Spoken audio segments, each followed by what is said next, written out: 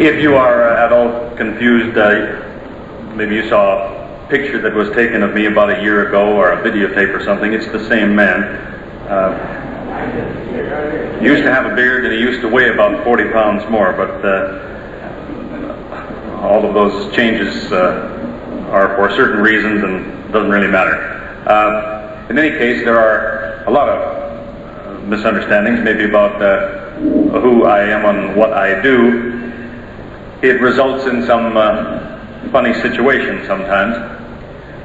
Very often in many countries, in particular in the U.S. and Canada, on the university campuses there are church groups who from time to time decide it would be a good idea to have a debate with the Muslims. So they approach the Muslim students, who are generally foreign students. They come from all over the world.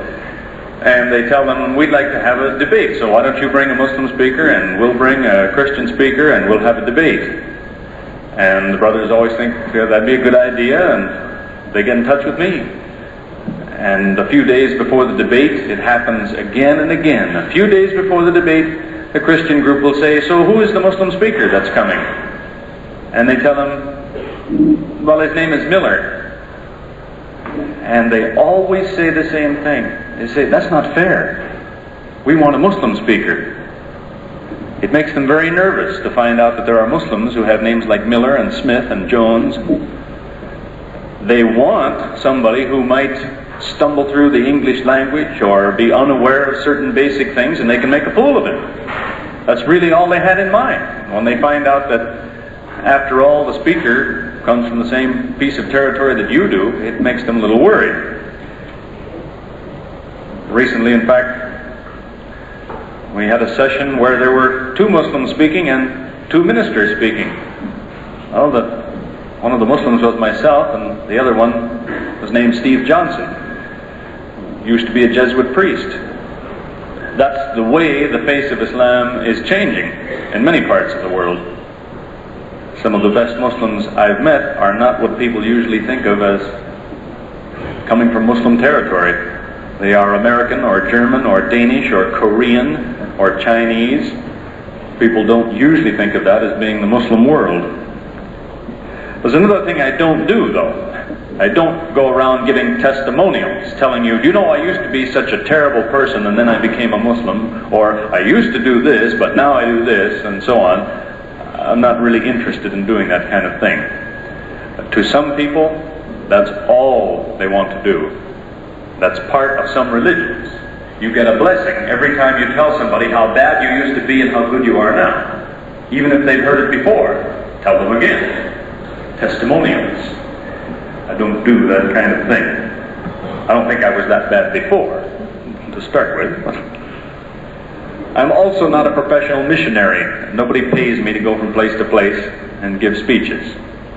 I have a job, or I used to, which I quit a couple of years ago, and before too long the money's going to run out and I have to go back to work. But I took some time off to take the invitations that people give. I don't arrive uninvited. Somebody makes the arrangements for me.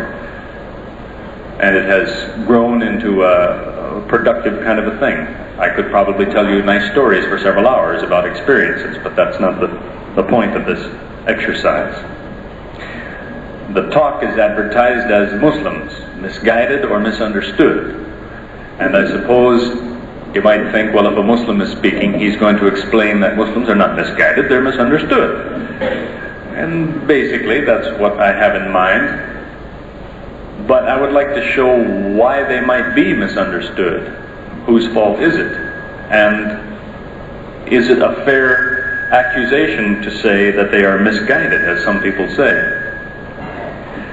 Probably every one of you could tell us some funny story about how Muslims are misunderstood. Maybe I've got more stories than you just by being in more cities, but there's always somebody who has a very deep misunderstanding of Islam. I remember a few years ago working alongside a man. We used to talk a little bit now and then about religion. But one day he told me he didn't want to talk about it anymore. He said, look, you have your religion and I have mine. He said, Jesus died for my sins, Muhammad died for your sins, doesn't matter. Well, you see the beginning of the kind of misunderstandings that go on, the point I'm trying to make. He imagines that all religions work the same. And because in his religion, there's someone, they say, he died for my sins, well, then it must be in my religion, you've got someone who died for your sins. It just shows the depth of ignorance. I don't say that to be unkind. It just shows how deeply misunderstood Islam is. And every time you think you've met somebody who is the most ignorant person you've ever met, I promise you, you will meet another man more ignorant before too long. You cannot overestimate people's ignorance. There are misunderstandings that you can't imagine. A woman said to me, and this is a university student in Florida, you'd think she's well educated and so on. And before we started a talk, she came up to me and she's kind of angry. And she said, she wanted to know, what are you going to say for the next hour? She said, how are you going to convince me that Jesus isn't the Son of God, but Muhammad is? Well, I tried to explain to her, I'm not even going to try. But she imagined that's what I'm going to do.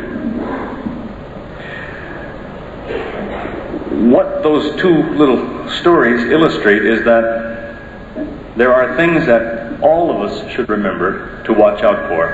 It's how we often misunderstand things. We tend to forget that our impression of something or our interpretation of what we see might not be the real thing. We might be getting an impression, but it's not the way things really are. And if we always think that, well, what seems to be the case is the case, we might be wrong. To give you an example, in North America, you have a lot of mosques being built these days, and a lot of people find that very interesting. So high school students and different clubs and so on, they come for a tour of the mosque. They'll make an arrangement, somebody meets them at the mosque, and they show them around. And there's a frequent comment that people make. They say, we noticed when we were watching the Muslims praying, the women pray behind the men. That's because in Islam, women are less than men, isn't it? That's what they think is the reason for what they see. Women stand behind men. That doesn't have anything to do with why the women stand behind the men. It isn't true in the first place that somehow women are less than men. But that's the impression they have, that's the meaning they think that this has for what they see, and they go away thinking that's the real thing. Unless they have spoken up and somebody's had the good sense to explain to them, no, that's not why women stand behind men. You could look at it in many different ways. The women standing behind the men solves a problem, for one thing. The women could stand in front of the men, but I don't think women would like to do that. I don't think they'd like to perform salat, to make sujood, and there's men standing behind them. That might make them nervous. Or the women could stand beside the men. But I don't think I'd be comfortable trying to pray, and someone's wife is sitting here, somebody else's wife is over here, and my wife is sitting next to somebody over there. Or the women can stand behind the men. Well, that doesn't cause any problems. That's one way of looking at that. It solves a problem, but it doesn't have anything to do with somehow male is better than female. But that's the meaning people give it. That's what they think Islam teaches. So what I'd like to do is mention this and some other things to try to clarify things, to make clear the things that people often misunderstand. Let me give an example now and go into some details of one of the ways that people fool themselves. Yeah, just keep it down a little bit and start to squeal at me all the time. We can, no, down, not up, down, thank you. We fool ourselves if we think in this way. If we have something that we believe in, and then we tend to think, well, what is the opposite of what I believe? Well, the opposite of what I believe must be what everybody else believes, because they don't believe what I believe. That's a way of fooling yourself. That's something like the way the man thinks who thinks, well, now, I believe Jesus died for my sins, so that man must believe Muhammad died for his sins. See, he's tried to find what's the opposite of what I believe, and then he puts that in the mouth of somebody who hasn't said anything so far, but he puts those words in his mouth.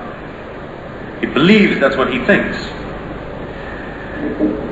But the most common example of that the Muslim faces, at least from the aggressive missionary activity, is that, and remember, if I'm talking about Christianity, that covers a wide range of kinds of people, and I'm talking now about one particular type of Christian. There is one particular type of Christian who makes a great deal out of saying, what I do cannot save me. I am saved by what I believe. What I do means nothing. What I believe means everything. I am saved by faith and not by works. That type of person very often tends to think, well, now what's the opposite of that? He thinks, if I'm saved by what I believe and not what I do, well, then the Muslim must think he's saved by what he does, not what he believes. He thinks his works are going to save him. And so they put those words in the mouth of the Muslim. They say, you people, you think that you're saved by how hard you work. And before you know it, unfortunately, most Muslims will try and defend that. What's happened is somebody has told the Muslim what he believes, and he starts to defend it without stopping to think, do I really believe that? This man told me that's what I believe. You see, in Islam, to start with, nobody gets saved. Now that will probably bother people who are very concerned about being saved, but it doesn't say anywhere in the Quran anybody gets saved. Muslims are not trying to get saved. That is a particular concept that comes from a certain group of churches. They say, look, there's only two choices. You're lost or you get saved. He talks about that so much that gets to be the only thing the Muslims ever heard, and he starts to believe it too. Yes, it's lost or saved. The Quran doesn't say that. The Quran talks about people being lost. And what's the opposite of lost in the Quran? What's the different thing from being lost? It's being successful. Nothing about being saved. Being successful. It means you have a degree of success. You can have more of it and more of it and more of it, depending on the circumstances. But you can be lost or you can be successful. Maybe a little bit, maybe a great deal. That's the contrast in Islam. And that's what eliminates the confusion on the part of the Muslim that may cause some trouble for the non-Muslim. Because this is what some people have done. If they think that you are saved or lost, then they say there are only two situations that are going to happen. And you're saved or lost. I mean, you have a reward or a punishment. And that's not a Muslim idea. Nobody is waiting to die so he gets reward or punishment. It's this. If it's not that, it's this.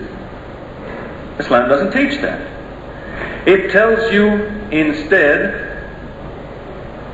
every man is rewarded for the good he did. Everybody, the non-Muslim, the worst of the unbelievers, the enemies of Islam, are rewarded for the good they did. Nobody suffers any injustice.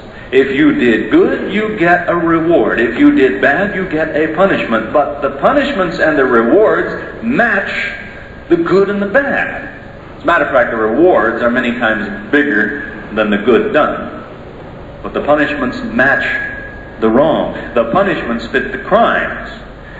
See, the difficulty that some groups of people are in is that they make reward equal salvation. That is, if you say to them, what is your reward for the good you did? They say, paradise. That's not an Islamic idea. Paradise is a reward. Some people get that reward. Some people get other rewards. But when you make reward equal paradise, then you're left in that situation to say, either this man gets the total punishment or he gets the total reward. There's nothing in between. Islam says anybody does even an atom's weight of good, well then he will get something back for that. most often I suspect that the good people do, or whatever they do, they get the reward right here in this life. Or they tell you what they want as a reward, and they may get that too. Somebody told me one time, he was a minister, had his own church. I'd given a talk about who is Jesus and so on. He came to me after and he said, I've written a book about what you said. He said, and you're absolutely right. He said, if the church doesn't accept what you said, in 100 years the church will be dead. He says, I've predicted it in a book I've written. And some of the Muslim brothers are standing around, they heard this, and they're so surprised. They said, well, then why aren't you a Muslim if you agree with him? He said, oh, well, no, I'm not really interested in that. But I've written a book about the subject. And someday, long after I'm dead, people will know that I'm right. And I said, yes, and then what will they do? Will they build a big monument over your grave where you're buried? And his eyes lit up. He said, maybe. That's all he wants. He'll probably get it. He did a good thing. He wrote a book. He told the truth.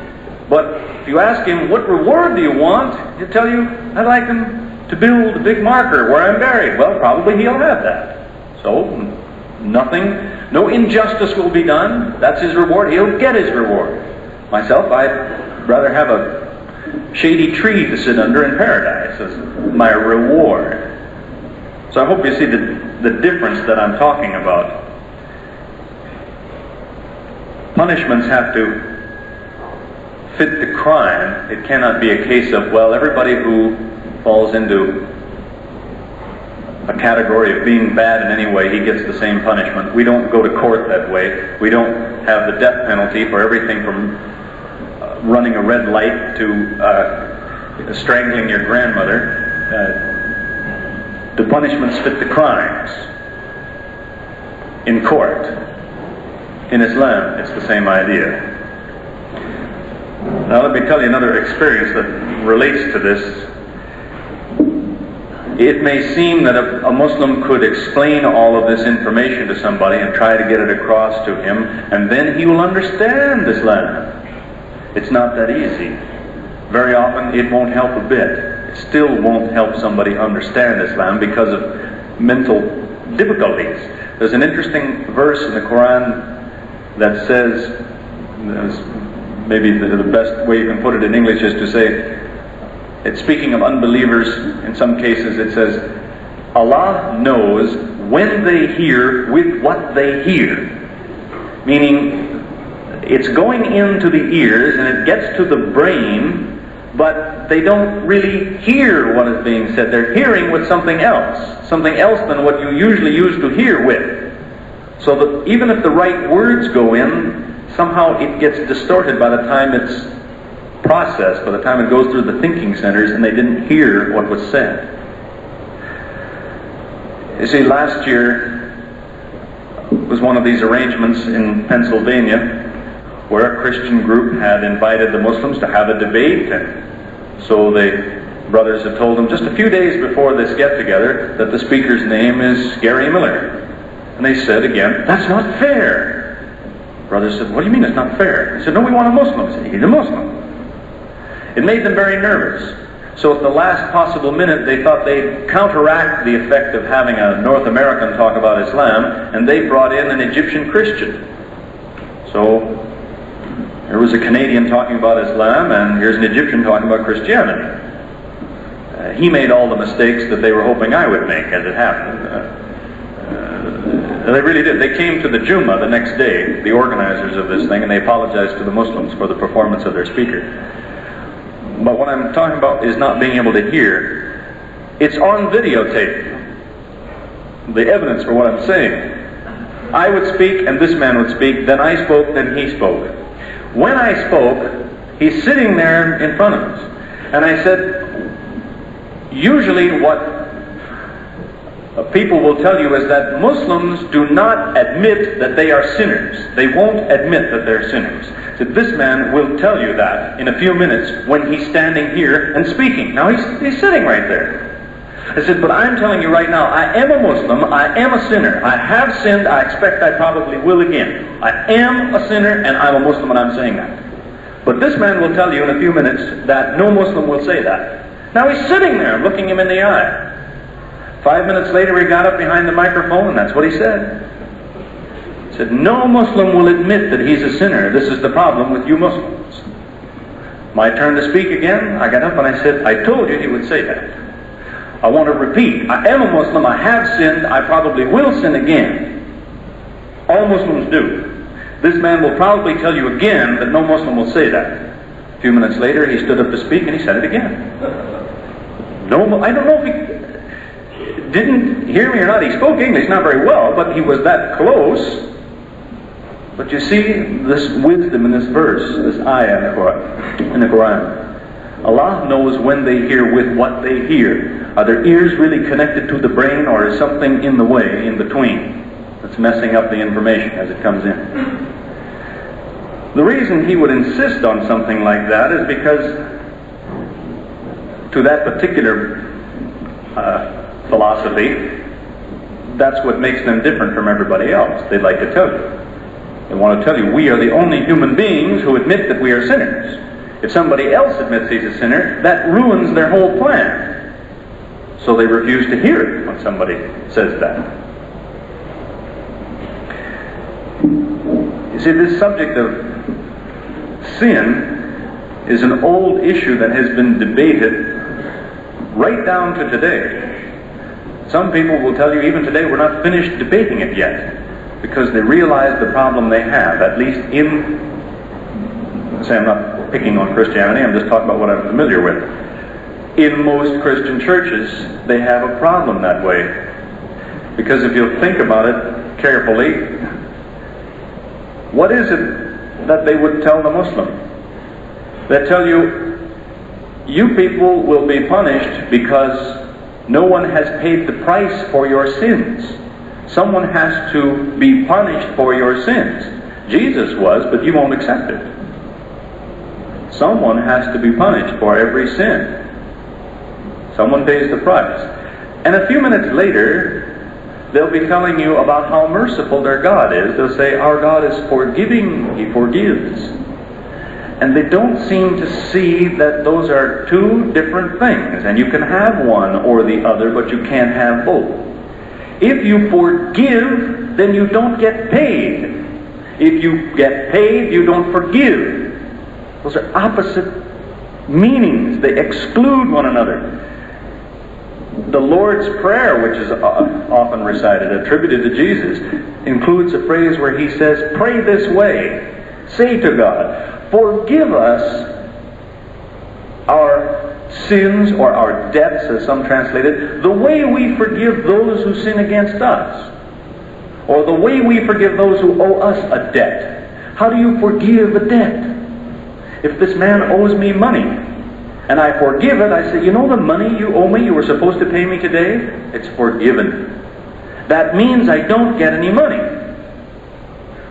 If I say to him, you know the money you were supposed to give me today? Let's have it.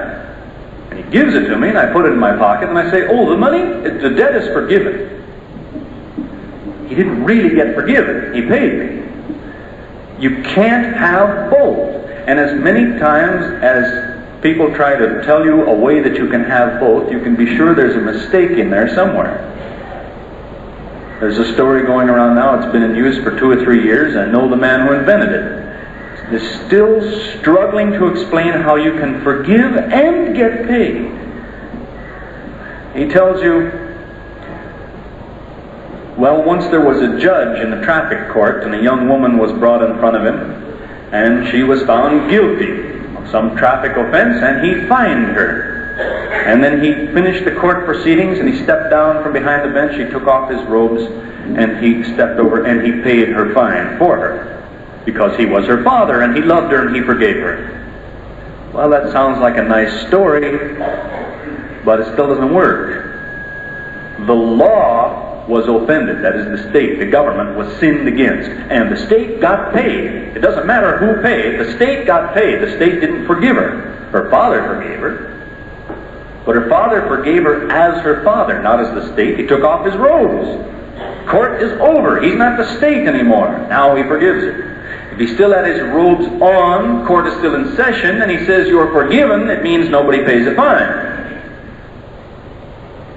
no matter how many times people try and tell you a better story than that, there's a mistake in there somewhere.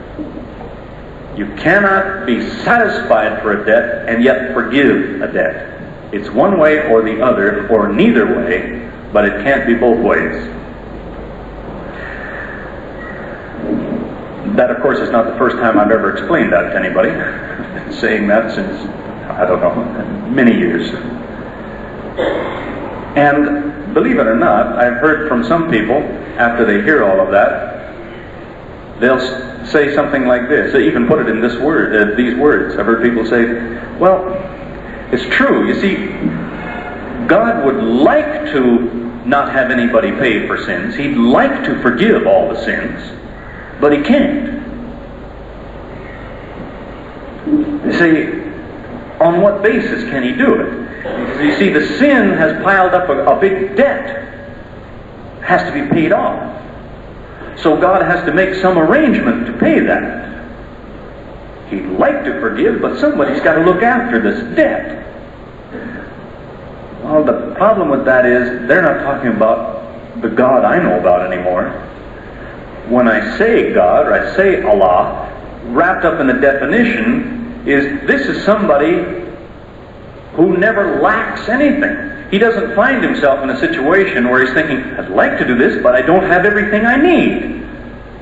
I'll have to get it from here. Oh, now I can do it. That's not God you're talking about.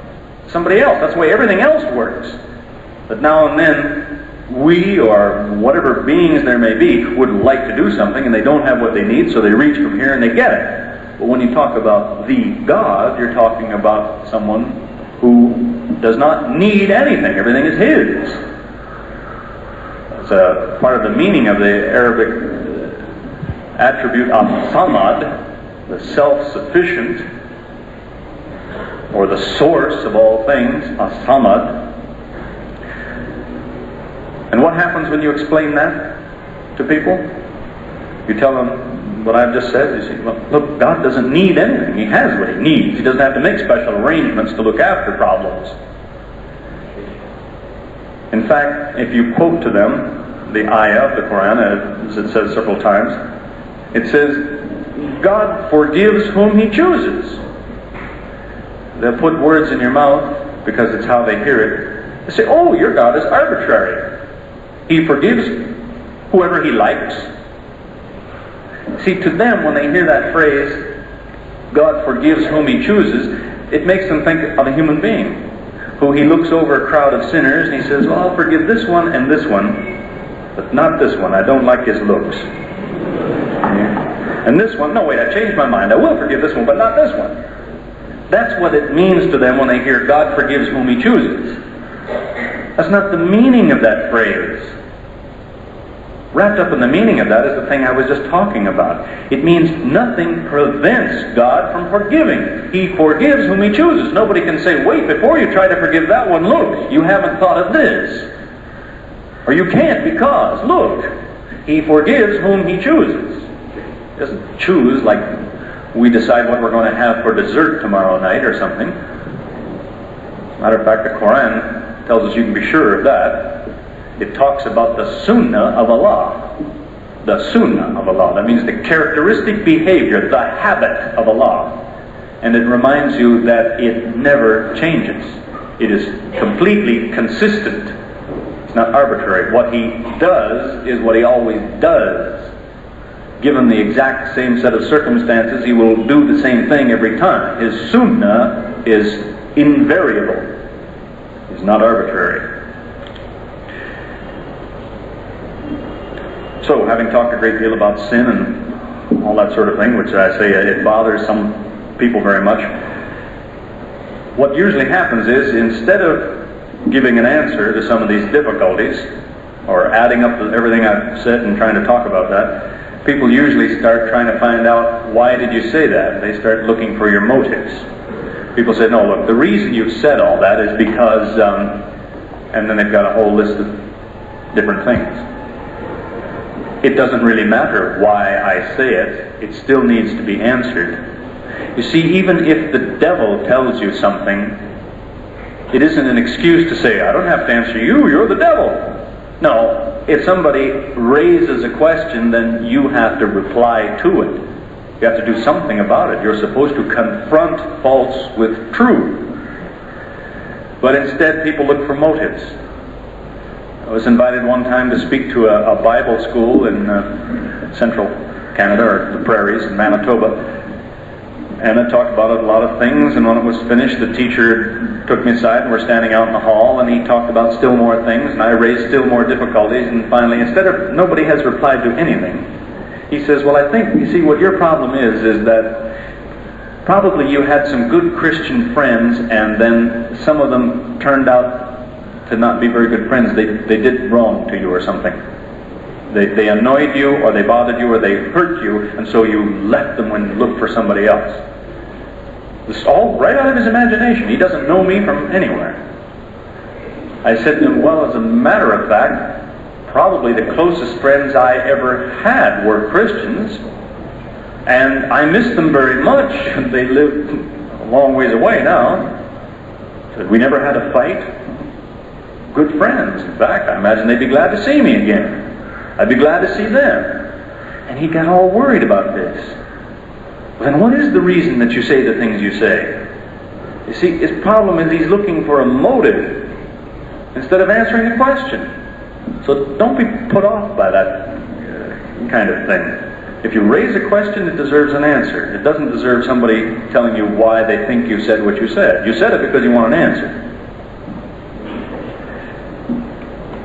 I mentioned that experience because it's related to a similar kind of situation that happens very, very often, and probably there's a lot of you have heard the very thing. You get into some discussion with the missionary. He will usually tell Muslims that your problem is you don't understand things. So the reason you're misguided is you don't understand. In particular, say you're talking about what is God? Is he three or is he one? And if the Muslim says, no, you can't say God is three, that's wrong, the missionary will often say, no, look, the problem with you Muslims is you don't understand the Trinity. You think we have three gods. No, we have one God, but he's three. Your problem is you don't understand the Trinity. If you understood it, then you'd be a Christian. Remember that a person says that when they say that, because they do. It may happen within a few minutes, or it may happen in a couple of days, but the same person will tell you, if you ask him, could you explain the Trinity to me? They will tell you, no one understands it. You see his problem? He said to you, see, if you Muslims understood the Trinity, you'd be Christians. Your problem is you don't understand it. Within 5 minutes, he'll probably tell you, no one understands it. I don't know how he thinks you're supposed to understand it. It just shows, I mean, there's two minds in one head. You see, he's telling you this, and then he becomes somebody else, and he tells you that. And the two things don't match up. Usually in aggressive missionary work, there are those who will tell the Muslims, your Quran says a lot of things about God as one, and it speaks against different things like worshiping three gods and calling it one, or saying that Christ is 1/3 of God and all these things. And all of that's true. See, your book doesn't actually describe the Trinity as it really is. It talks about other versions of the Trinity, the ones we don't even believe in. So the problem is the Trinity is not really mentioned in the Quran. The real Trinity is not mentioned in there. And if you ask him, well, how does the real Trinity go? He starts giving you an elaborate explanation. He said, no, see, the real Trinity works like this. And it will take him, as I say, it'll take him that many words to explain to you what the real thing is supposed to be like. And when he gives you all these words and all this vocabulary to explain the Trinity, to say, you see, now the Quran doesn't say that, so the real Trinity is not in there. The problem is it doesn't say that in the Bible either. I mean, he said so many words you can't find those words in the Bible. If you took a scissors and cut out every word in the Bible one piece at a time, and then took tape and glued it all together, you still couldn't make it say that. Those words aren't even in there. So he's made his own problem just bigger. Now again, remember, I'm talking about a certain type of person. You've got a great many people who see it otherwise, who are quite honest within the churches.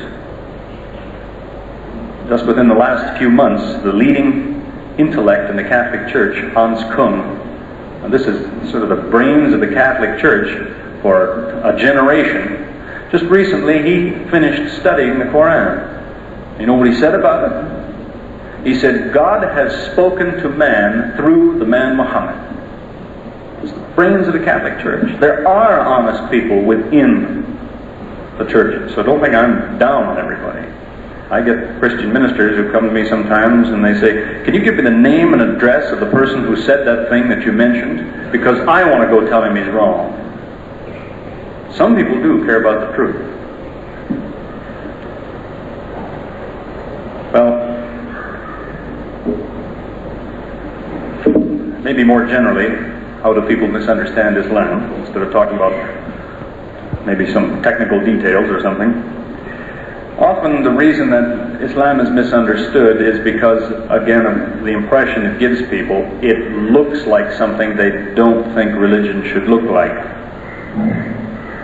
To give an example, it bothers a lot of people very much when they, if it ever comes to their attention, as it often does, that usually in any translation of the Quran, you'll find written on the same page, within about that much space on the page, instructions about prayer and instructions about using the toilet. That really bothers them. Because, well, prayer is holy, but the toilet, what's that doing in a holy book, you see? It's because they've got this idea that somehow the world is horrible and evil, and we've got to leave it, if at all possible. So anything that seems to combine godly things and worldly things is disgusting. To the spiritually minded person, he'll tell you Islam is too materialistic. And to the materialistic minded person, he'll tell you Islam is too spiritual. Well, that's what makes it different. Because the Muslim lives in the real world. The world can cause you a lot of trouble. There's a lot of evil in the world. As a matter of fact, God made it. He made that evil that's in the world. But He made the world, so the whole thing is good. He told you about the parts that you should watch out for. As an example, you may have a bush and it's got bright red berries growing on it. If a man eats those berries, he gets sick and dies. But if a bird eats those berries, he gets fat and healthy. So it's evil for the man and it's good for the bird. The things that are not good for man are the kinds of things the Quran warns us about. They say, stay away from this, it's not good for you. Well, but it's there for a good reason. So the world is good. Just be careful. You live in it. And your reward, what it is you're trying to gain, is supposed to be something like what you're familiar with now. If you know how pleasant it is to sit in the shade under a tree, maybe put your feet in the water and eat a piece of fruit, well, the Quran says that's something like what your reward is in paradise. You'll have a shade tree and a piece of fruit, your feet in the water. Only when you eat that piece of fruit, you'll say, this reminds me of the fruit I used to eat. But it's so different. More special. In a way that we probably can't imagine. But the point of it all is, what you do now, what you're trying to establish now, is something like what you hope you'll get. Your activity is related to the finished goal. See, in this way, Islam doesn't always function like a religion to most people's minds. To give an example, I mentioned the other night in Colombo, Islam prohibits intoxicants, or usually you'd consider alcohol or drugs or whatever, but Islam prohibits alcohol. Does it do that in a religious way? Well, it doesn't. It doesn't function like a religion when it prohibits alcohol. Not drinking alcohol is not a religious duty. It's functioning like a science. If you ask any doctor, say, would I be better off if I gave up drinking alcohol? He'll tell you yes, as a matter of fact. See, that's not a religious thing. It's a sensible, it's a good, it's a practical thing. The religion, if you will, Islam is functioning like a science. It's telling you something that a lot of other people know. It's not some sacred, hidden secret. It's reminding you, don't forget this. Because if you'll take a careful look, you'll see it's true.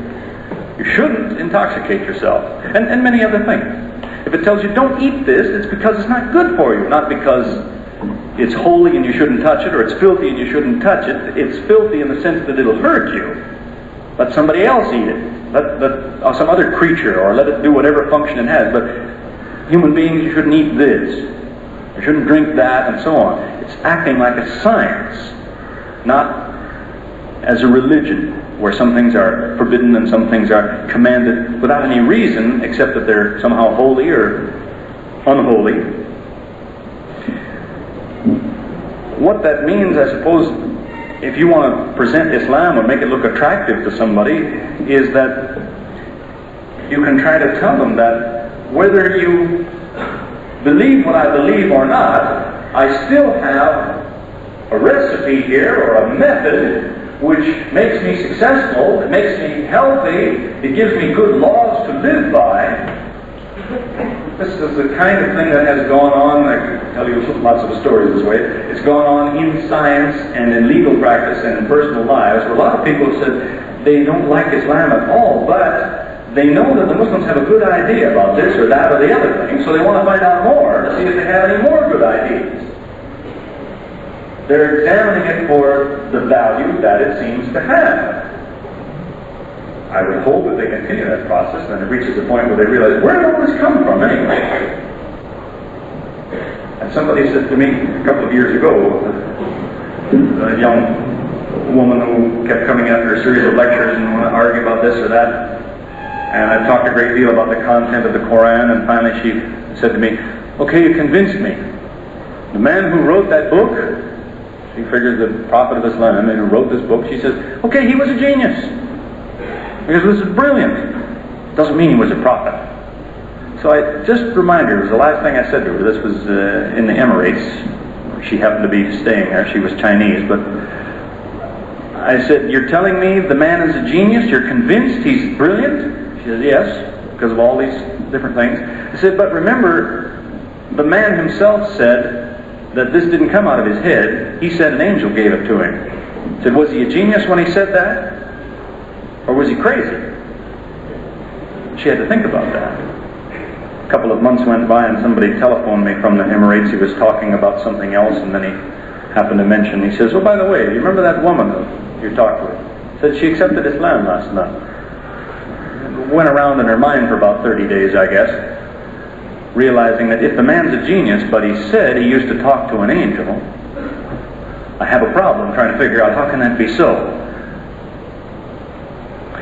But that really is another story which we talked about the other night in Colombo under the title of The Amazing Quran, and maybe some of that information, and there's a great deal more can be made available to you. We concluded that talk by trying to say that if somebody insists that Muslims are misguided, the Muslim should follow the advice of the Quran. What does it tell us about when people say things? It tells us over and over again, whatever anybody says, it tells us, tell him to bring his proof.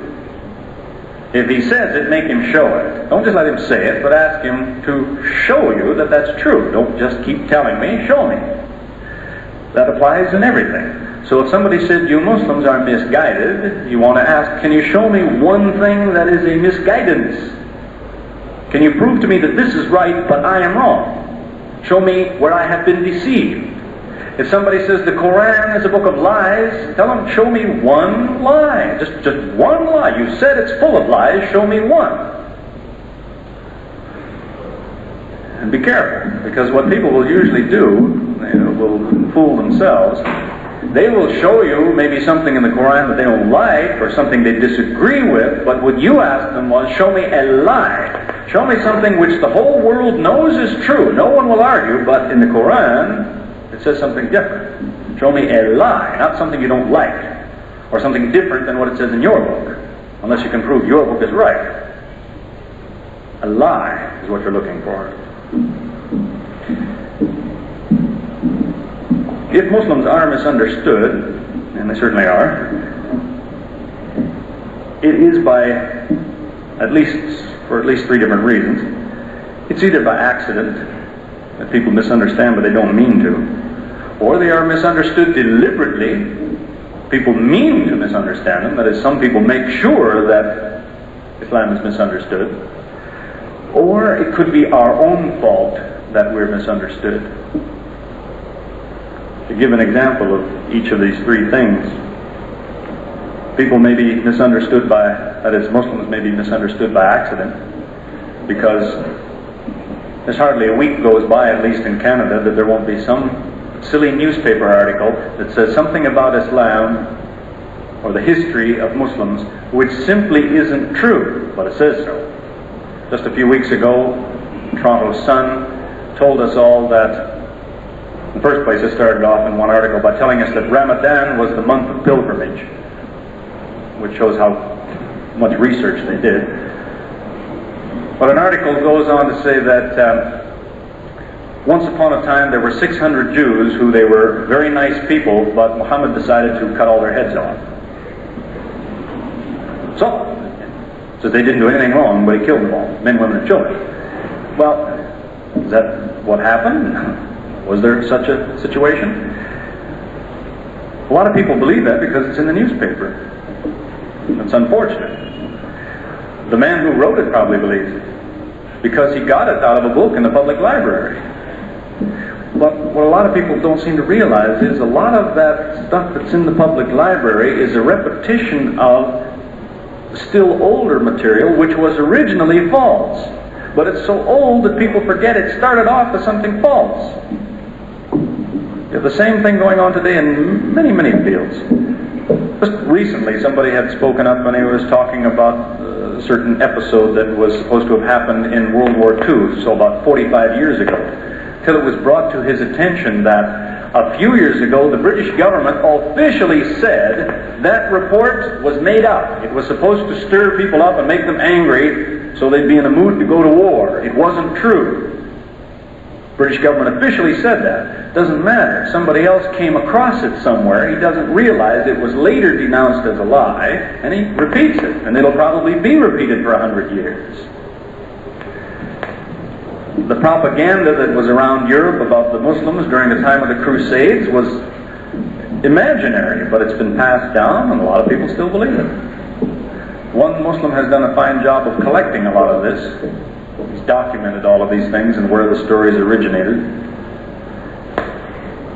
He's collected a lot of Crusades material. You know, in the 13th century, the British used to be told that in Palestine, the Muslims have a giant statue of their prophet made of solid gold, and when a pigeon lands on it, the bird instantly dies. Well, that's what a lot of people believed about 700 years ago, and that's the kind of thing that was talked about then, and it has an effect right down to today, where people still think something strange about Muslims. One man recently said on radio in Canada, he's a well-known commentator, he's a writer of television programs, he's a journalist, very famous man. He recently said, having some discussion about warfare and so on, he says, do you know that the Muslim believes that if he's fighting for the sake of God and he's killed, he'll be rewarded? See, isn't that frightening? Isn't that stupid? What does the Christian believe? Something different?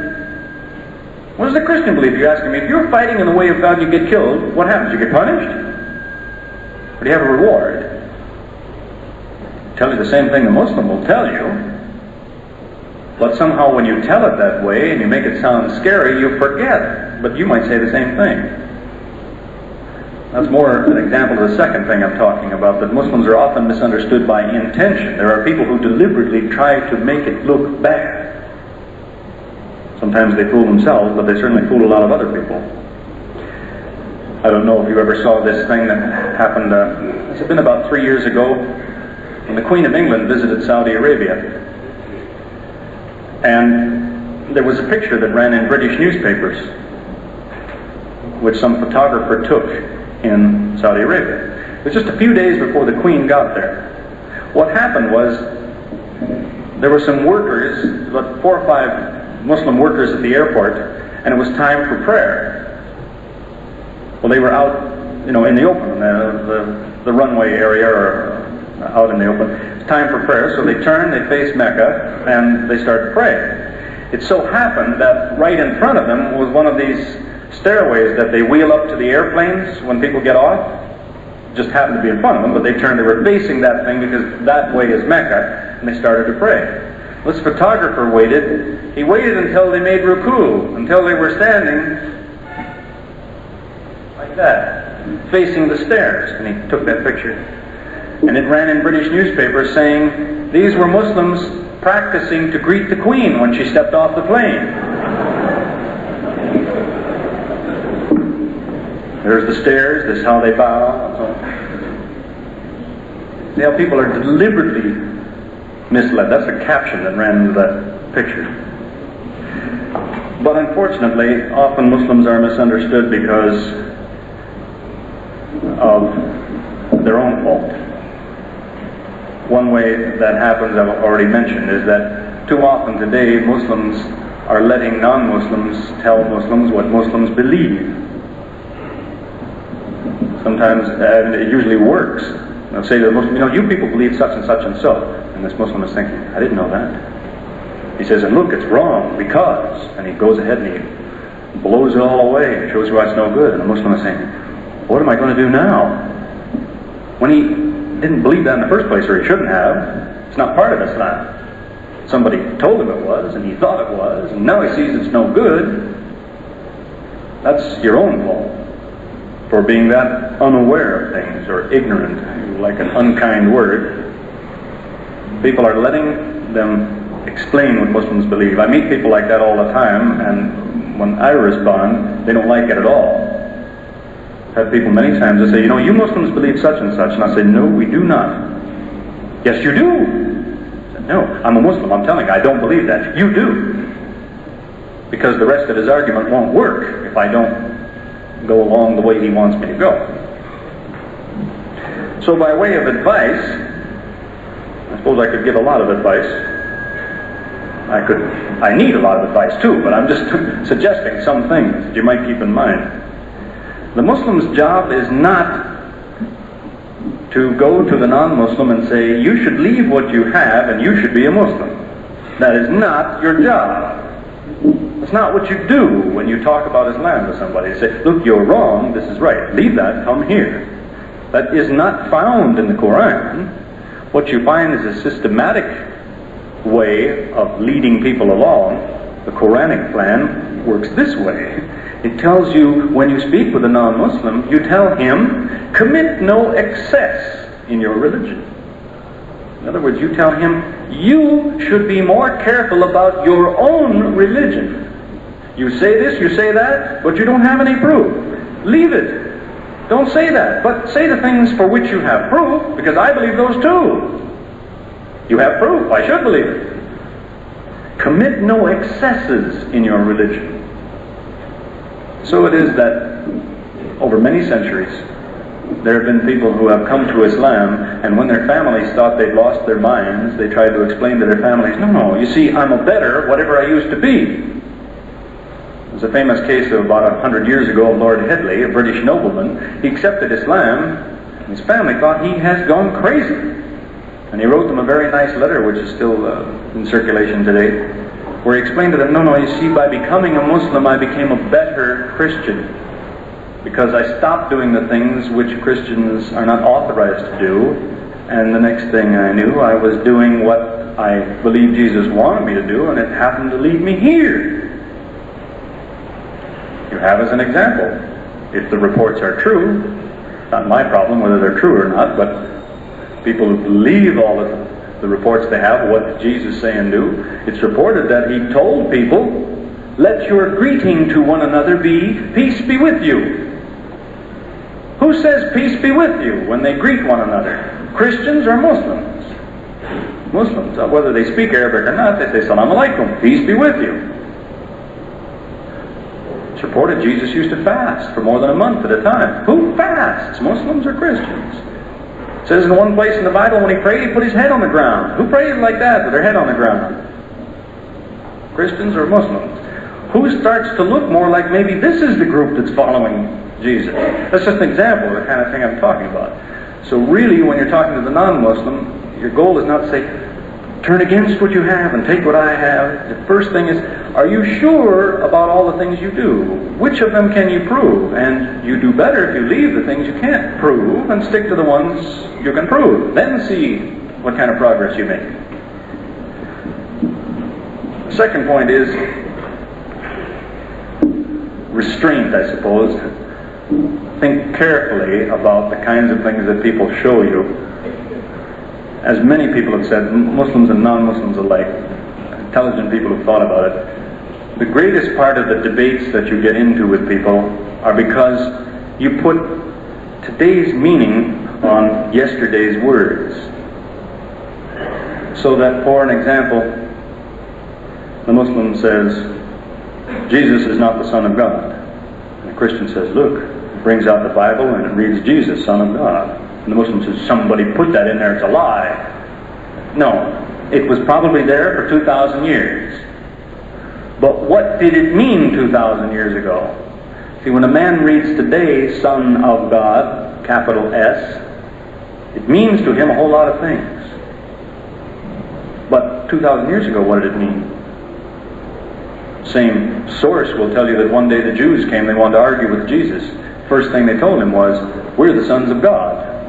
Jesus said, no, you're not the sons of God. I'm a son of God. You're the sons of the devil. Whatever he's talking about, he's not talking about what people talk about today when they mean sons of God, or sons of the devil for that matter. It's a way of speaking in the language of the day to say, who looks after you anyway? Whose household do you belong to? Just as the Arabs still today talk about being a son of the desert. They don't mean anything literal, but it means they prefer the desert to somewhere else. The Bible talks about sons of perfume. It means people who made their living selling perfume. It's a figure of speech. But what happens is, people try and tell you, no, you see, Jesus meant what I mean today. Because look, when he said it, the Jews got angry. So they interpret the anger of the Jews. They don't keep reading long enough where he goes on to tell them that they're wrong to even be angry. Explains why even their anger is incorrect, because he didn't say what they thought he said, but people are not aware of that. So are Muslims misguided or misunderstood? I've suggested is a thing that Muslims ought to give right back to the people who have one opinion or the other. If people think Muslims are misunderstood, well, that's very good. That's a healthy attitude. But if people think Muslims are misguided, the Muslim's job is to say, why do you think that? Can you show me where I'm misguided? And then maybe the discussion can turn around to where the Muslim might say, as for you, if you are misguided, it's because you don't understand. In other words, the same thing that they used to tell you. Only now you are supposed to be equipped to show them what they don't understand. Your excuse is not going to, you're not going to have an excuse like they had. You can see the situation. Remember I mentioned to you, some man might say, if you understood the Trinity, you'd be a Christian. And 5 minutes later he says, no one understands it. You're not going to be in that situation. You might say to someone, if you only understood that God is one, but you're not going to be in a situation of a few minutes later saying, how he can be one, I can't understand, it's crazy. Not crazy, it's the only thing that makes any sense. You should be ready to explain that kind of thing. May Allah bless and reward our efforts. Thank you for your time and attention.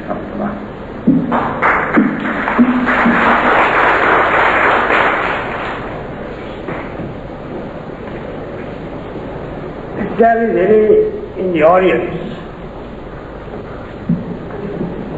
who wish to pose any questions,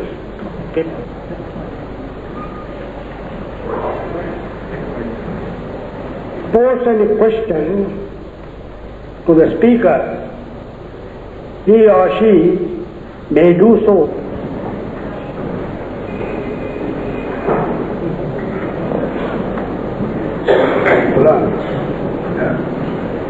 Can I ask you a question which may be personal, but which I'm sure the answer to which will enlighten us and will give us a better understanding of all that you have said this afternoon. My question to you, brother, is when did you first get to know about Islam, and when in your life did you decide to embrace Islam? I started out, I don't go around giving testimonials and telling you the wonderful story of how I became a Muslim. So I don't really want to do that, but it's a dull story anyway. Nothing fantastic happened. No Muslim ever stepped up to me and said, I bet you've never heard this before, and he said some magic words and said, my God, I should be a Muslim. It didn't happen that way, and I don't think it ever happened to anybody that way. Just a matter of, for about 15 years, I'd been doing a lot of investigating of a lot of things. Didn't have anything to do with Islam under the name Islam, just investigating things. And one day I thought, I'll read the Quran and see how much is any good. And about 3 days later I realized, well, this book says what I've been saying for 15 years, so I guess I must have been a Muslim since a long time ago. Then I went to find some Muslims. That was in 1978, so that's, to cut the long story short, that's about the way it happened.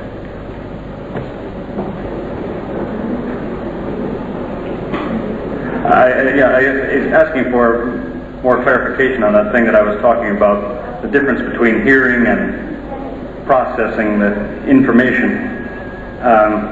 Maybe I can go over it another time or try to show you what I'm getting at.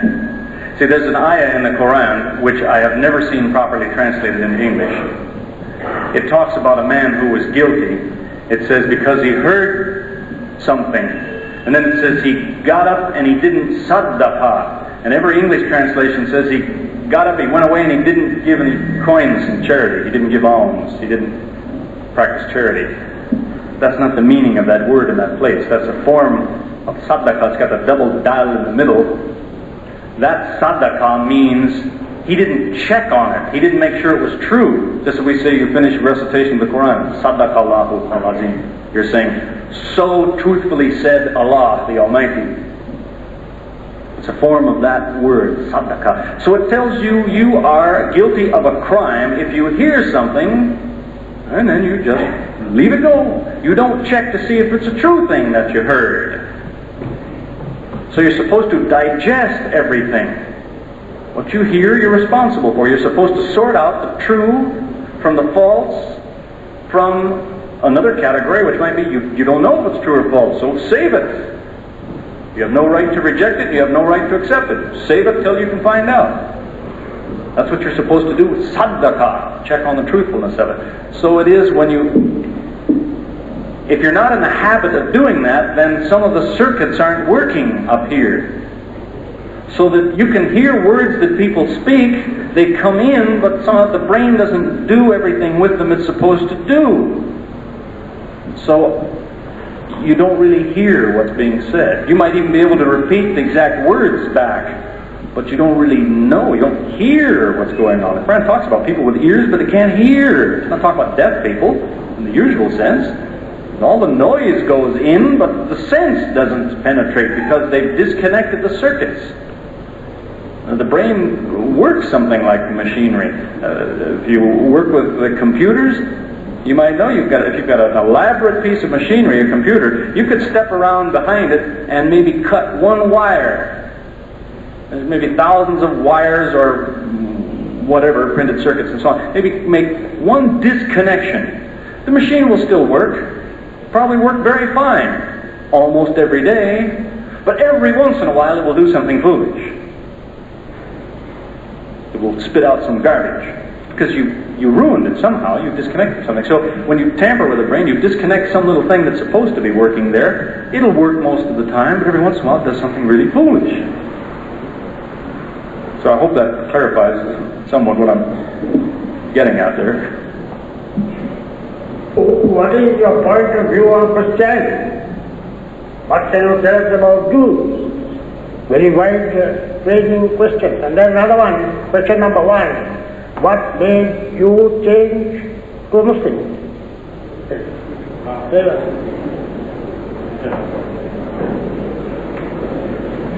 Viewpoint on Christianity. Well, look, that's the subject of 2 lectures later this week. But to put it to you, maybe the simplest way I know how, anyone who calls himself a Christian already has a problem. Because Jesus never used that word. If you ask an Arabic-speaking person today, you say to him, well, how do you say Christian in Arabic? What do you call those people? They'll tell you Masihin, the Messiah people, the Messiahists. Because Messiah means Christ, the Christ people. But what does the Quran call the followers of Jesus, the real followers of Jesus? It doesn't say Masihin, it says the Nasara. Now, if you look very carefully in the Bible, you won't find many people that know it, but it's in there in the 11th chapter of the book of Acts. It tells you it was after the time of Jesus that the name Christian was given to these people as a nickname. The non-Christians heard they're always talking about Christ. Those are the Christ people. But the only thing you ever find applied to the people who knew Jesus or applied to himself was, they used to say the Nazarene, or the sect of the Nazarenes. So already when you say Christian, you have a problem. Maybe you belong to the wrong club. Some Christians realize that.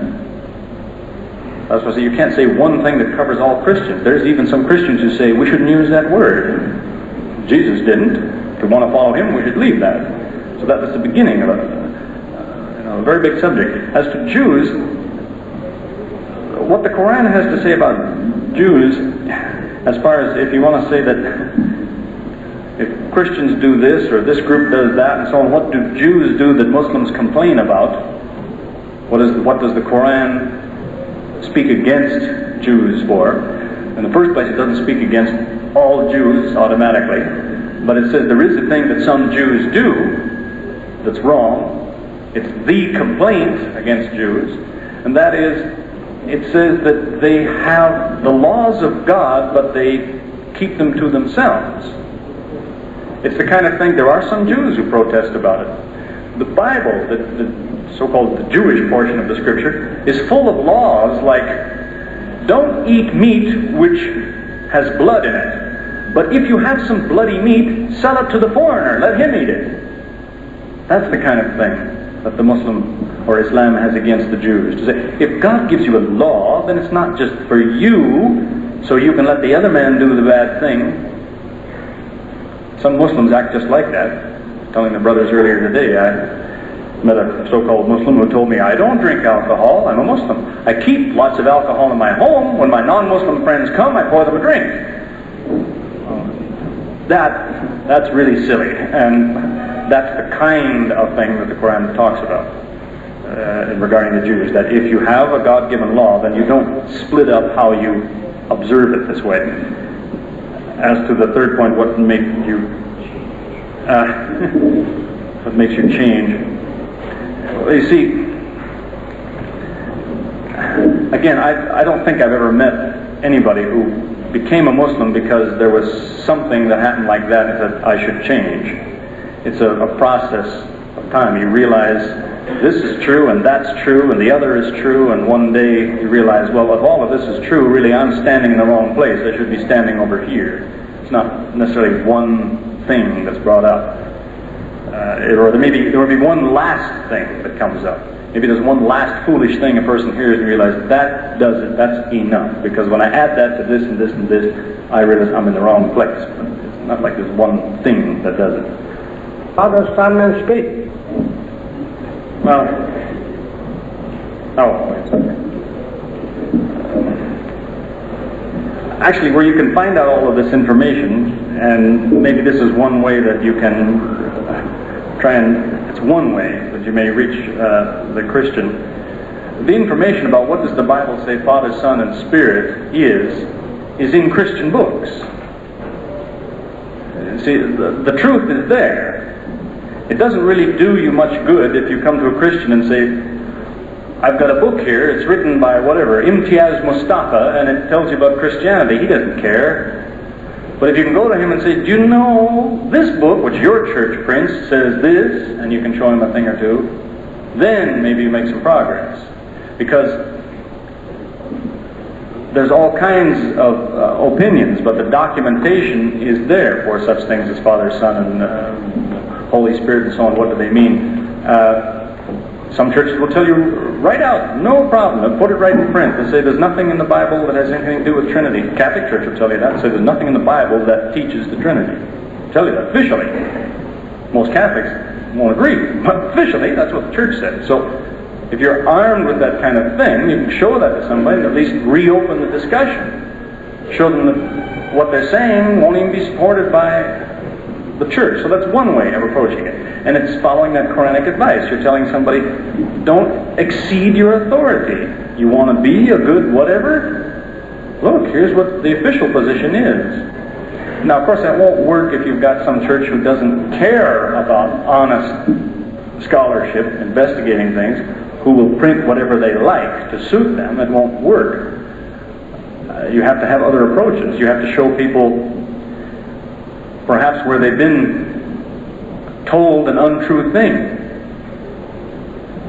And there's many, many examples of that kind of thing. One came up the other night. There's a common thing that people will tell you. They'll say, the Bible is finished. There's no revelation after the Bible. Because look here, on the last page of the Bible it says, let no one take from this book or add to this book, or he'll be cursed. So you see, that's on the last page of the Bible it says that. People say that very often. What they also know, or at least their leaders know and will tell them, is if you ask them, this last page of the Bible, was it the last page written in the Bible? They'll tell you, no, as a matter of fact, there were 3 books that were written later, but they're put in ahead of that book. Well, if that sentence means the Bible's finished, or the revelation is finished, nothing comes after this, how did these books written a few years later get stuck in ahead of that?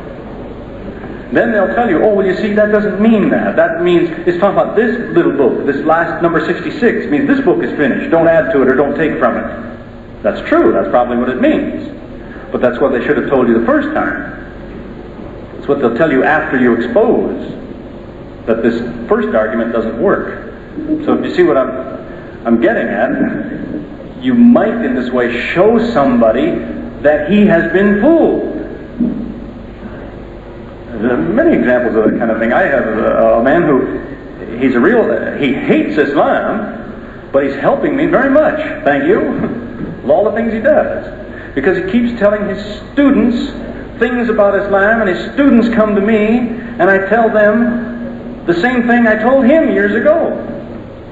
I say, that argument came from such and such a man, and this is what I told him, and they will agree with me. So then I ask them, why do you suppose he told it to you when he knows better? And in that way, at least they start to understand maybe they trusted the wrong man to teach them true from false.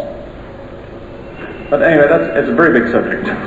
How best do you reach people? And I can just suggest a few things. The other thing that it's not necessarily what you say, remember, it's what you do. Act as you're supposed to act, and people can be impressed.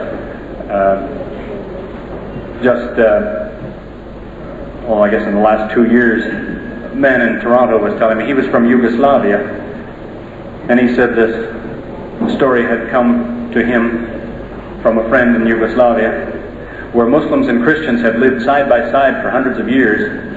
And there was a Christian man who was in his 70s. All his life he lived on the same piece of ground, and he grew grapes, and he sold grapes. And he had a Muslim customer who'd been buying grapes from him for 50 years. And one day this old Christian man said, something's wrong. It took him 50 years to figure it out, but he said, you know, that Muslim man, he comes here to buy grapes from me all the time, but if he's here and it's time for prayer, he excuses himself and he prays. He doesn't drink. He doesn't throw his garbage in the street. He puts it in the waste can. And when he walks, he takes care that he doesn't step on an ant. My church tells me he's going to burn in hell. As me, I pray sometimes. I drink. I throw my garbage in the street. I step on ants. I step on cats and dogs. My church tells me I'm going to heaven. Something's wrong. Well, it took him 50 years to figure it out. But the Muslim was giving dawah. He was telling the man about this for 50 years, but just acting like a Muslim. Might not have been anything he ever said, but he acted like a Muslim. Finally, the message got across to this man. somebody's trying to fool me. Somebody's told me something that doesn't add up. Sorry, please. Question number one, was there any movement that led you to Islam? Question number two, what were the objections you had when you became Muslim? So was there any movement that led you to Islam? No, I said I never met any Muslims until I realized that Islam was true. Then I went to find some Muslims. As a matter of fact, the first Muslim I met was a man who was sitting in the mosque. I'd looked up in the telephone book to find where there was a mosque, and I went over and I pushed open the door and just stuck my face in, and there was a man sitting there doing some writing, sitting on the floor, or on a chair, but he was writing on his lap, and he just threw his books and papers in the air, and he just came running over to me. And I found out later that this man was a university student, and he used to stay in the mosque as much as he could. He'd do his schoolwork in the mosque, and he had an apartment next door. He used to sit there as much as he could because he was looking for new faces. Why? Because he wanted to make sure that somebody who was newly interested in Islam was going to be approached by somebody with good sense instead of some idiot. That's why he ran to me. He wanted to get to me before some fool got to me. Because if it sounds unkind, it's true. A lot of really silly people who are waiting to supposedly welcome people to Islam. It hadn't happened recently in North America where one man was interested in Islam. He went to the mosque and he did like I did. He opened the door and somebody grabbed him and pulled him inside and shook him by the shoulders and said, "Say La ilaha illallah." The man says, "What does that mean?" He says, "Say it, La ilaha illallah." The man says, "La ilaha illallah." The man grabs him and says, "Welcome to Islam, brother." The man doesn't know what he said, he doesn't know what's going on, he thinks this man is insane, I'm getting out of here.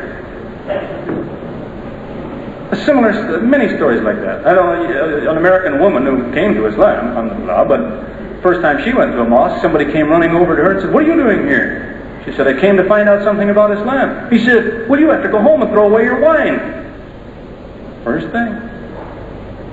Met people who said, in fact, this Steve Johnson, who used to be a Jesuit priest, he was scared to go into the mosque. He said he walked up and down on the street in front of it for a long time, and finally he went up and he opened the door and somebody came running over to him and said, "Are you clean?"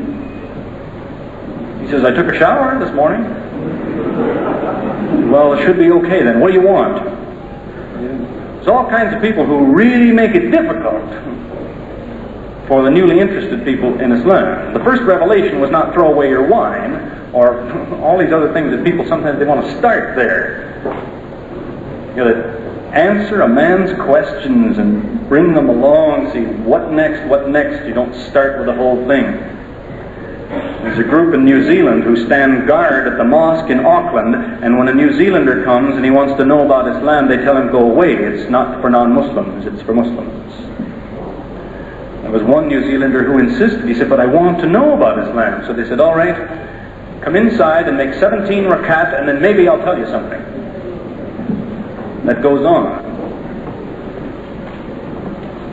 What objections did you have? Yeah, I'm not sure what is meant by that. It maybe sometimes. Oh, what opposition or something like that? I mean, you were in Christian society, you became a Muslim.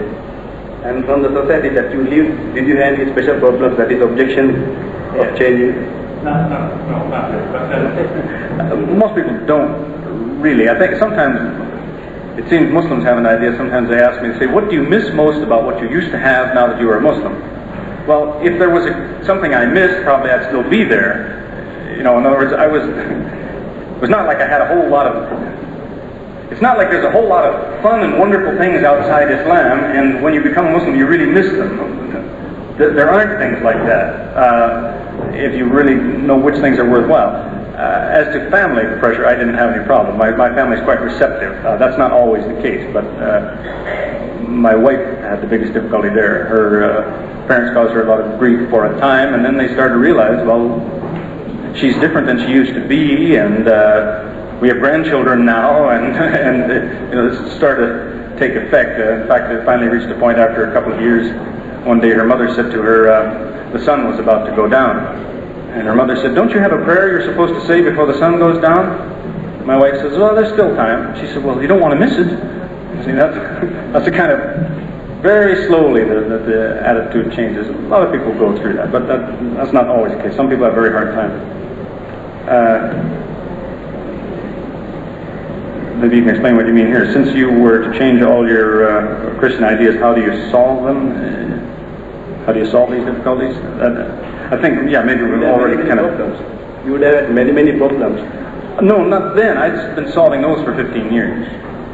So I used to engage in it with like a hobby, I suppose, but I used to, in the business I was in, I'd go from city to city moving. And when I get to a new city, I'd take out the telephone directory and I'd look up all the priests and ministers. And I'd give them a telephone call and say, "Would you mind if I came and talked to you?" And of course they're delighted, you see. So I'd go over and basically I'd be saying, "Why is it that you say this, but your own book says that?" And I used to love to battle with them this way. So I was already fighting this battle when I found out this is what Muslims believe. No problem. No, this is what I used to tell them all the time, so they didn't have to overcome some kind of a thing. But I would stress that there are a lot of things Muslims have to be understanding of new Muslims. Sometimes they carry a lot of ideas along with them which they can't help, and you've got to try and slowly try to show people, well, but your attitude is still back there, and the new attitude ought to be this, and you try and turn this thing around. An example is Islamic law. How does it work? Which things are good, which things are bad? Broadly speaking, the psychology is, in Christianity, if you're in doubt about something, it must be bad. Forbid it, basically speaking, because the world is evil. So if you're not sure if this is good or bad, it must be bad. In Islam, it works the other way.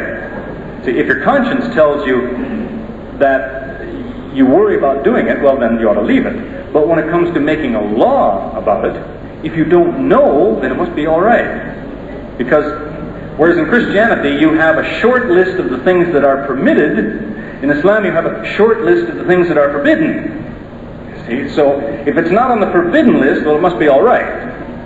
Unless it's really spelled out or the matter is made very clear, then it must be permitted. At least it's not harmful to you.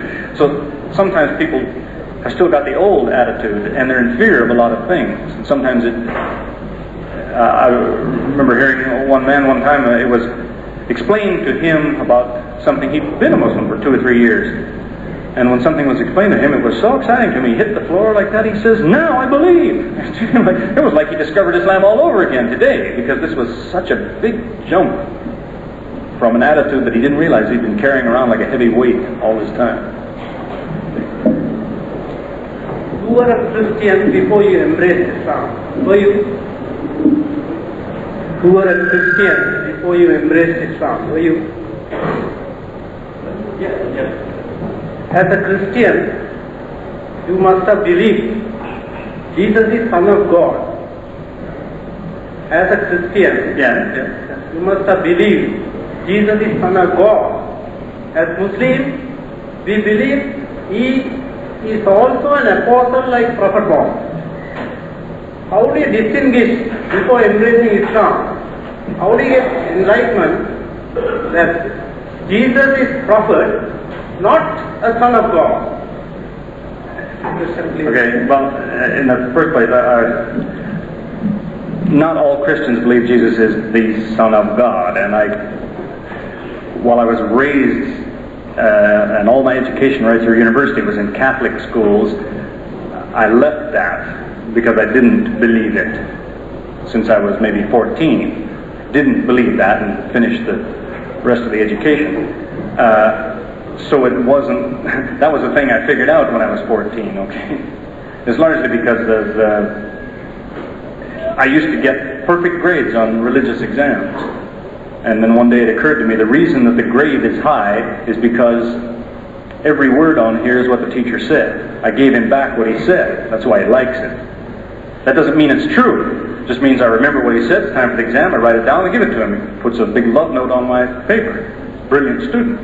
It's his words. No wonder he thinks it's intelligent.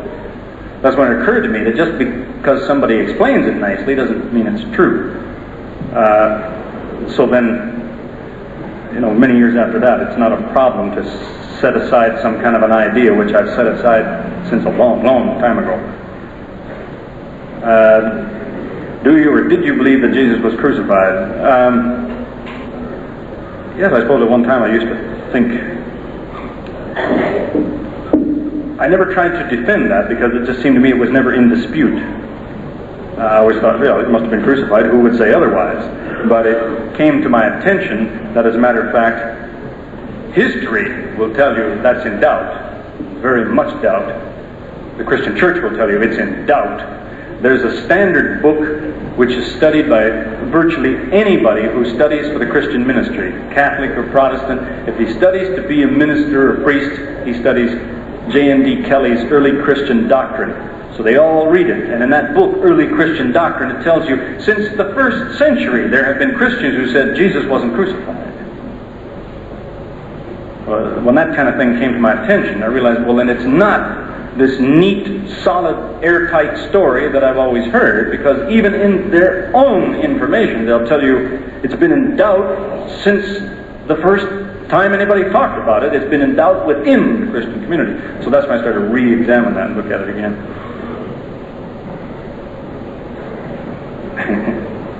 How does the Bible refer to the descending of Jesus in the future? Well, you'll get many different versions of that depending on which church you ask. A lot of them have different ideas about it, so you have to ask them what they think the Bible says about it. The Protestants fall into sort of two groups now. One group says Jesus is coming just before the world ends to snatch away all of his friends, all of those who love him, and leave the rest of us here to have a terrible time. And another group says, no, we will all be here and have a terrible time. Then Jesus will come and take away the ones who love him. So I don't know if you see it in this country, but you see it a lot in the U.S. The people who believe that Jesus is coming just before the trouble starts, he's going to come and take away those who love him just before a big war breaks out. They put stickers on the back of their car, for example, telling you if you're driving behind him, you can read the sticker on his bumper. It says, watch out, the driver may disappear. It could happen any minute. Some of them will put a sticker inside the car on the passenger side. It's a warning to the passenger. It says, be ready to take the wheel if the driver disappears. So, some people believe that. Other people will laugh like you laugh. That's ridiculous. Muslims often quote this verse in the 4th surah about the crucifixion, and it's saying that the Jews said they killed the Messiah, but they didn't. So it was made to appear to them, and usually they stop quoting about there. Well, the verse goes on. They usually stop right there, and then they explain it. And they say, well, the Jews thought they killed Jesus, but what happened was they killed the wrong man. They killed Judas. It doesn't say that anywhere. It doesn't even say they killed the wrong man. It just says they thought they killed Jesus because that's what it was made to look like to them. It uses an Arabic word, the shabha, which in this sense probably best translated counterfeit. It means a crucifixion was counterfeited for them. So maybe they killed the wrong man, maybe they killed Judas, maybe they killed, as some Christians have said for 2,000 years, they killed not Judas, they killed Simon, the man who helped him carry the cross. They grabbed the wrong one at the last minute, they killed Simon. Simon said, no, wait, I'm the one who was helping him. Some Christians have said that. Or maybe they killed nobody. It was just an illusion. Some Christians have said, no, Jesus got away and he stood and he watched and there was nobody there, but it looked like there was somebody there. Who knows? If they keep reading that verse in the Quran, it says, if you, the Muslim, or anybody else, thinks you know what really happened, you have no foundation for it. You have nothing but conjecture. You're just as bad as them. What you know is, he wasn't crucified. It looked like a crucifixion, but they're wrong. If you want to say, well, it happened like this or it happened like that, according to this ayah, maybe it did, but you have no proof, so maybe you shouldn't say it. The reason that you get into a lot of discussion about this, and if I can defend somebody who has been picked on for it in his absence, is Ahmed Deedat. He's written a great deal about this subject. But he never said, this is how it happened. He's tried to demonstrate that if the Bible is accurate, this seems to be how it happened. It's In other words, he's saying to the people who believe in that book, this is your problem. Your own book says it didn't happen the way you said it happened. It happened in a way which is compatible with the Quran, that nobody got killed, that you thought he was dead, but he wasn't. But he hasn't said, this is what happened. It's possibly what happened. If God wants a son, who would he have taken as his son? Adam or Jesus? Why do I only get two choices? There's a verse in the Quran that tells us that if God wanted to adopt a son, he could have taken anyone he chose. Didn't even have to be a man. But there's an interesting thing about that verse. See, there's many ways that somebody can be a son. He could be born a son, or he could be adopted as a son. Different sorts of things can happen. But on the subject of adoption as a son, the Quran says, if Allah wished, he could choose whom he wanted. He could adopt whom he wanted as a son. But it goes on to say, the reason he doesn't is because it doesn't suit him. In other words, he can't because of who he is. He cannot adopt. That is, he could take who he wanted, but he can't because it is an ungodly thing to do. Something like saying, if you know a man who, he's very pure, noble, and I might say to you, that man could never say a bad word. He couldn't curse somebody. And you might say, but he can. Look, he has all the equipment. He's the throat and the tongue and the teeth, the lips. He knows the words. He can speak. Don't tell me he can't say a bad word. I tell you, he can't because of the man he is. It's impossible for him to do it. So that's what the Quran is talking about here, saying, if you're talking about limiting God's ability, he could do it, but he can't do it because it's ungodly. If he did it, he wouldn't be acting like God. And the reason is this, among others, the Quran points out to us. Now and then, I don't know if you ever see it here, but maybe you'll see it in a newspaper story sometime, there will be some individual, Europe or North America, who will adopt legally, they say, a cat or a dog as their child. They write it up in the newspaper, and everybody has a big laugh. Man says, the dog is now my son. I adopted him. You see, I filled out all the papers. The dog has his own bedroom. He sits at the table and he eats with me. He has a scholarship to university. He has his own mailbox. All he thinks is, the dog is my son. And everybody thinks, so ridiculous. Well, why is it ridiculous? It's ridiculous because man and dog are different kinds of things.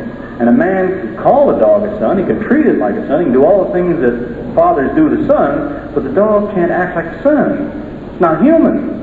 It doesn't know how to behave like a son. It cannot respond like a son. The only way to adopt a dog and really have him be a son is you've got to make him a little bit human. But now he's not a dog anymore. He's a four-legged man. You have to give him a little humanity. Now he can really be a son in some sense. Same thing goes if you talk about God adopts somebody as a son. God is this kind of a thing and man is that kind of a thing. So God might treat somebody like a son and call him a son and do all the things fathers do for sons, but it doesn't mean anything. We're not made of any of the same kind of thing. We're not like God. We can't act like a son of God. We don't have any divinity in us. So how do some churches solve that problem? No problem. God gives you a little bit of divinity. He makes you just a little bit godly. Gives you just a little bit of godness or divineness or divinity or something. And that's the foolishness of it, as the Quran points out to us in many ways. That you could give somebody a lot of things, but there's one thing you can't give. You can't cut it up in pieces and give away helpings of it. You can't give divinity to somebody because of what divinity is. One of the things it means when you say this person has divinity, one of the things you mean is he's always had it. Divinity is not a thing you didn't used to have, but now you have it. Divinity is not a thing you earn or achieve or you reach for and you take it, you get it, or somebody gives it. Divinity has to do with priority. Who is divine has always been divine. You can't start being divine any more than you can stop being divine because of what you mean when you say divine. This is what the Quran is talking about. It says God might adopt somebody, but it'd be an ungodly thing. It can't be done. He wouldn't be acting like God if he did it. Trying to make somebody something that you can't make somebody. Is that our time limit? Am I taking too long with these?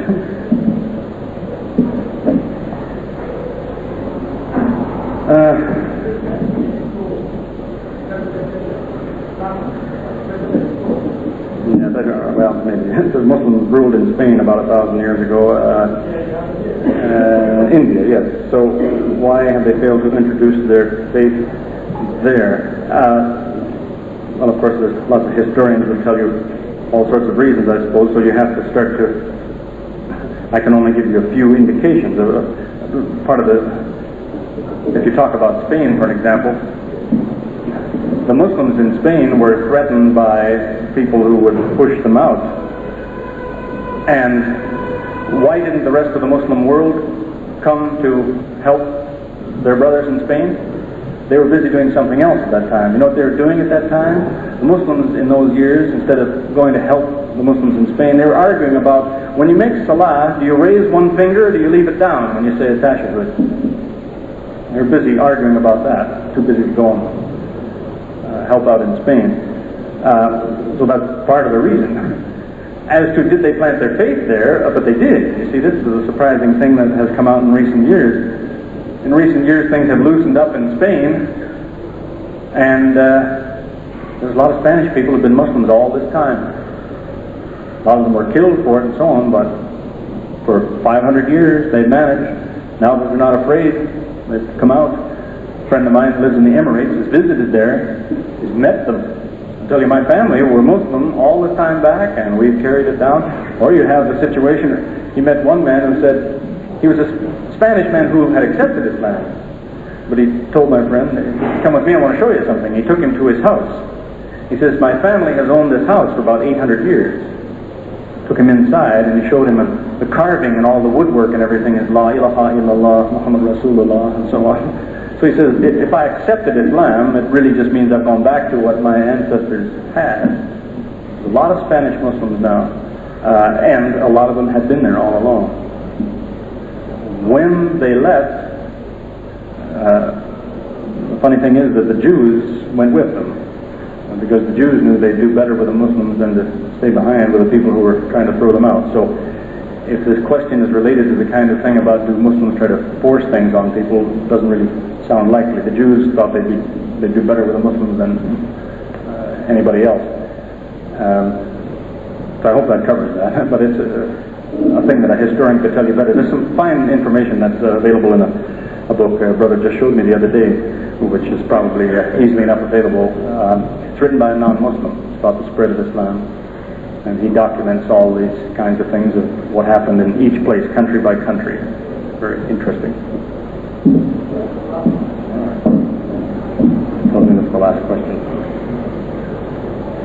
What is the Islamic viewpoint on the origin of man and the Darwinian theory of evolution? Well, for one thing, there's all kinds of theories of evolution. The Darwinian theory, there's a neo-Darwinian, and there's all sorts of theories of evolution. The Muslims are in a very embarrassing position in that case. I think I mentioned the other night. The Quran tells you a little bit about what man is made of and where did he come from, and most of the verses that talk about it are incorrectly translated into English. You know, the verse that says he comes from a fluid between the backbone and the rib and all of that, it doesn't say that in the Arabic. Something else. It tells you about where he came from. And it tells you in that place and other places, whenever it tells you a little bit about the origin of man, it tells you, the reader, that you ought to find out more about it. It says, research it. You look into it. He came from here, he's made of that, you ought to find out about it. And what happens? The Muslims haven't researched that. So that they're in a problem like with this question. They say, well, what happened? Did man evolve? Or did God roll up his big sleeves and he made him one day? What happened?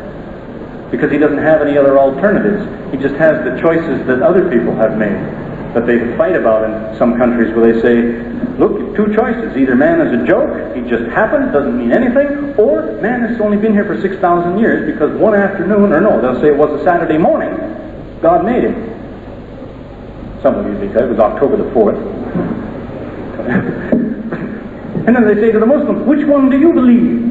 You see? You're in a position of saying, well, neither one sounds very good, so you ought to look into it, like the Quran says, find out what is the origin of man. There is a book by that title, just printed last year by Maurice Bucaille. It's called What is the Origin of Man? And he tries to point out to the Muslims that there's a whole lot of other choices, and maybe some we haven't thought of yet, that explain about where did man come to be, that don't have anything to do with what everybody else is saying.